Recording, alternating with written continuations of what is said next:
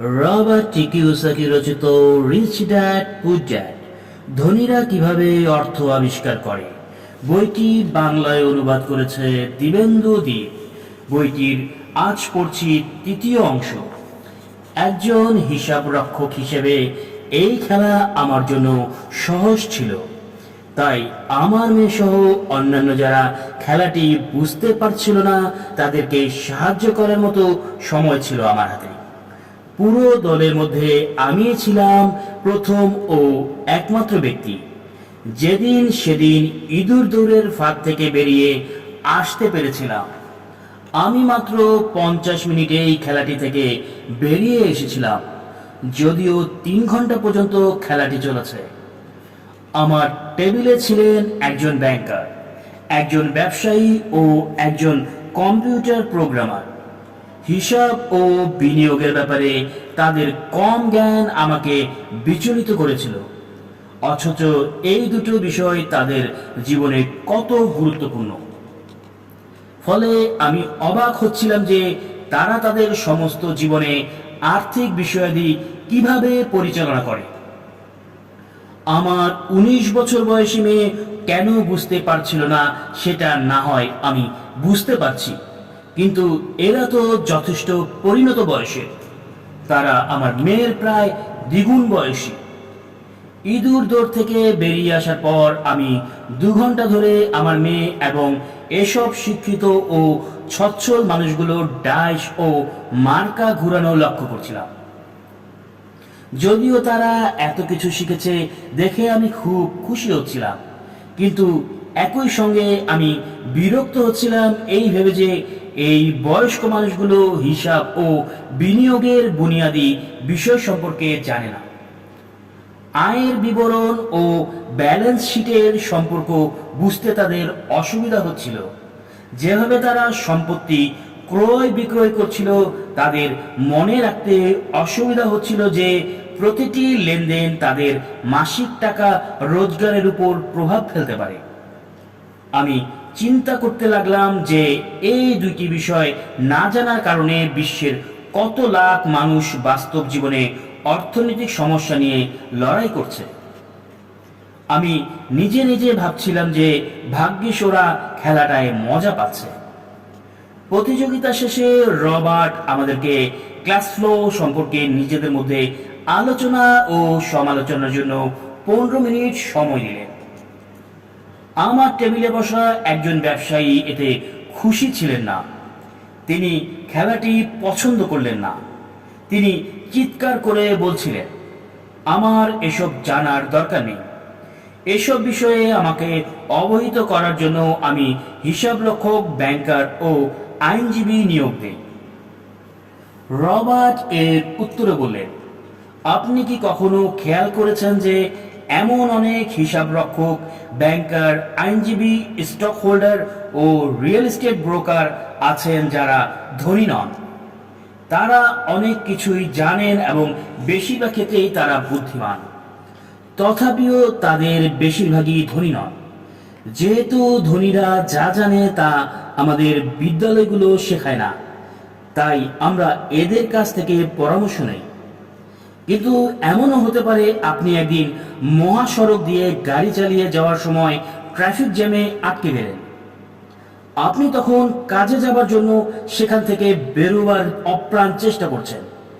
আপনি আপনার ডান পাশে তাকিয়ে দেখলেন আপনার হিসাব রক্ষকও একই জ্যামে আটকে আছে। বাম পাশে তাকিয়ে ব্যাংকারকেও জ্যামে আটকে থাকতে দেখতে পেলেন। এই বিশেষ পরিস্থিতি আপনাকে কিছু একটা বলতে বলেছে। কম্পিউটার প্রোগ্রামারও খেলাটায় প্রভাবিত হননি। তিনি বললেন, এসব শেখার জন্য আমি সফটওয়্যার কিনতে পারি। তবে ব্যাংকারকে এই খেলা নাড়া দিয়েছিল।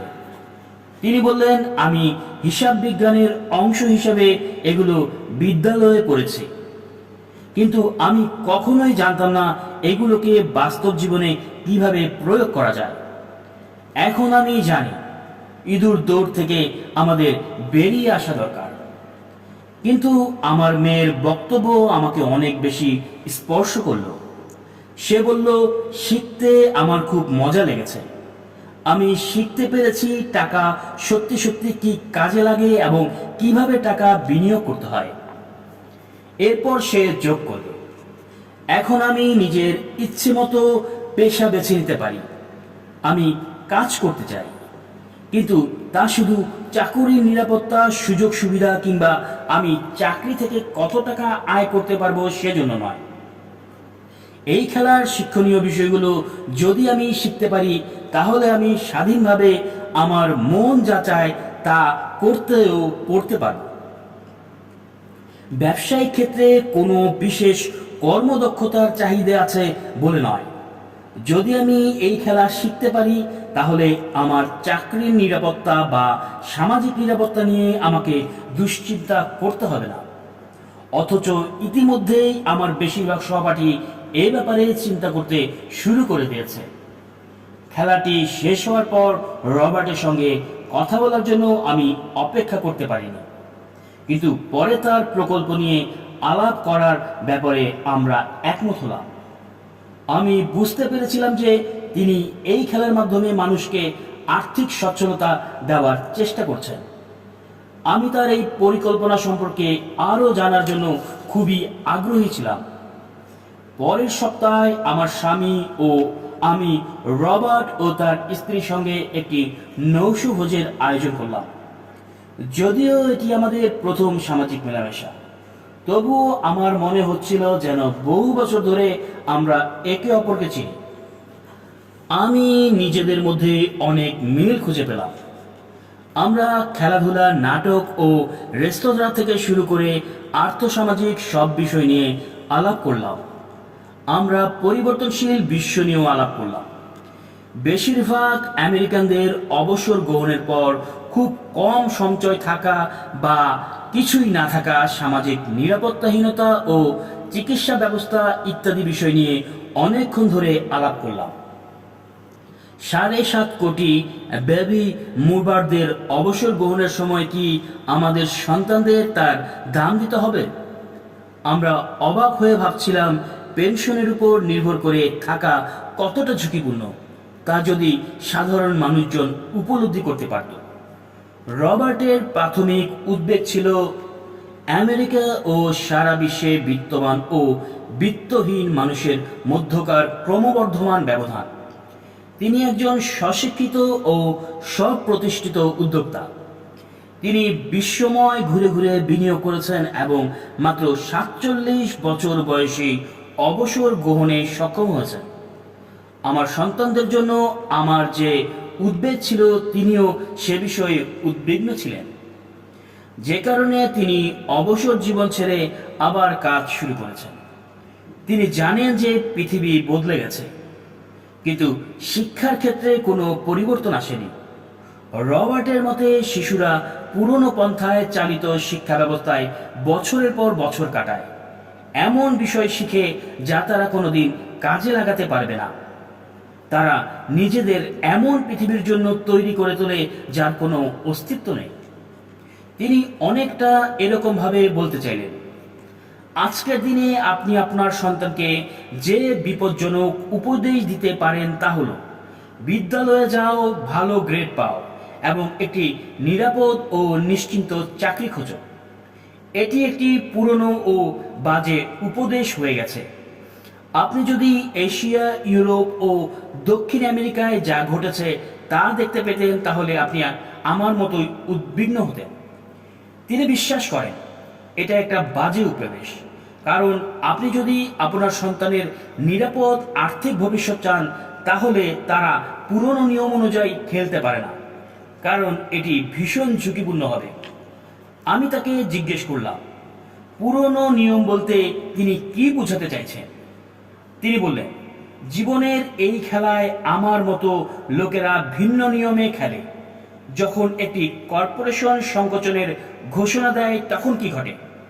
আমি বললাম, লোকজন ছাঁটাই হয়, এতে পরিবার ক্ষতিগ্রস্ত হয়, বেকারত্বের হার বেড়ে যায়। তিনি বললেন, ঠিকই বলেছেন, কিন্তু কোম্পানির কি হয়, বিশেষ করে একটি যদি পুঁজিবাজার তালিকাভুক্ত পাবলিক লিমিটেড কোম্পানি হয়? আমি বললাম, কোম্পানি যখন সংকোচনের ঘোষণা দেয় তখন শেয়ারের দাম বেড়ে যায়। যখন কোনো কোম্পানি শ্রমিকদের শ্রমের মূল্য কমায়, স্বয়ংচালিত যন্ত্র কিংবা স্বাভাবিক প্রক্রিয়ায় শুধু মজুর শক্তির বিনাশের মাধ্যমে, তখন বাজার সেটা পছন্দ করে। তিনি বললেন, একদম ঠিক বলেছেন। আর শেয়ারের দাম বেড়ে গেলে আমার মতো বিনিয়োগকারীরা আরও ধনী হয়ে যায়। ভিন্ন নিয়ম বলতে আমি সেটাই বোঝাতে চেয়েছি।